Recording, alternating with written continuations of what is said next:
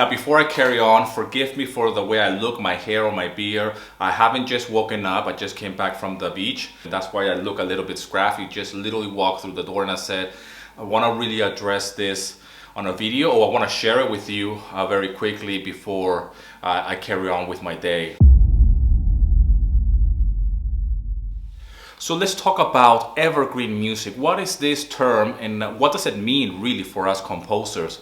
Now, in yesterday's video, and I'll leave a link in the description so you can go and check it out, I was talking about the fact that I stopped uploading to Pond 5 for such a long time and I still managed to get sales, and how I'm able to still receive payments even though sales have slowed down a little bit, because when you don't upload on a regular basis, your revenue obviously decreases. Evergreen content online is a very popular term as well, and what this means is that you create something that that could last a long time. So the best way to describe it when it comes down to royalty-free music is that you want to do music that it doesn't have an expiring date, and meaning that it could be used on multiple situations and on multiple projects, if you will, and it could be used for years to come, meaning that it's not something that is so trendy that it will represent a year or a time, and it could be flexible, and it could be used hopefully from now in the next year, 2 or 3 and beyond. That's the idea of evergreen music. So what you want to accomplish when it comes down to music creation is that you want to create something that is really yes, commercial, something that is feel good, something that is inspiring, motivational in nature, because that's what sells a lot on royalty-free libraries.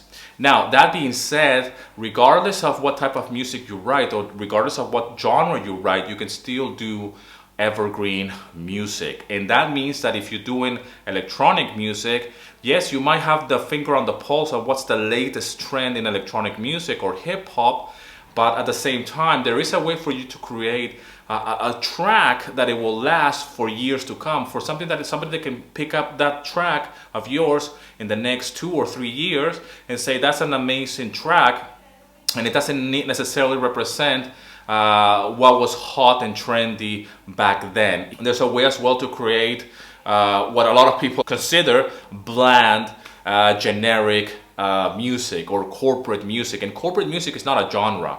It's just a term that we use in the media world to present a music for media, for a slideshow, for a video. But this could be pop, this could be rock, it could be electronic music, it could be corporate. It's all about the framework of how you actually make that music. And you want to make sure that you create music that it can be so generic and so commercial that you can leave it in your portfolio and you can still move on with your compositions and your creativity, if you will, but you have music there that is evergreen. Like, this is what I have invested all these years on my portfolio, and this is what's been happening on Pond 5.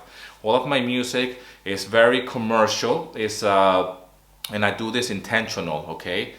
Even though I might want to produce different type of music, I wanted to create a body of work that it could live for years to come, and people can say, hey, I'm looking for an acoustic track with some hand claps and some marimbas, and I have plenty of those tracks. Or I want just an acoustic track that it sounds very cozy and warm, inspirational in nature. I have plenty of those tracks. I have a lot of pop rock tracks as well, and I have a lot of corporate tracks. This is evergreen music that I can just leave there, and I can literally stop uploading, and still this music will be selling, because you can't really put it and say that was trendy back then but now it's not. This could be used for years to come, and it's quite generic, and that's the idea when it comes down to royalty-free music.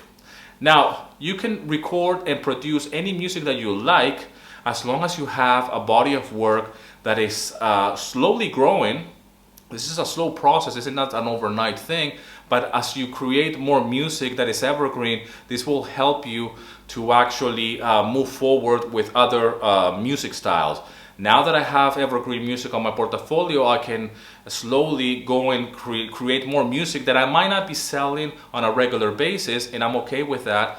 But at the same time, I have plenty of acoustic tracks, plenty of corporate tracks. They're all evergreen, and now I can embark and do something a little bit more off the wall, if you will. Something a little bit more that I will feel more inspired to do as where I'm at now, because I have done my own homework. I have put in the work for that, and I can create an acoustic track very quickly, an evergreen track very quickly, because I've created so many that I don't have a problem.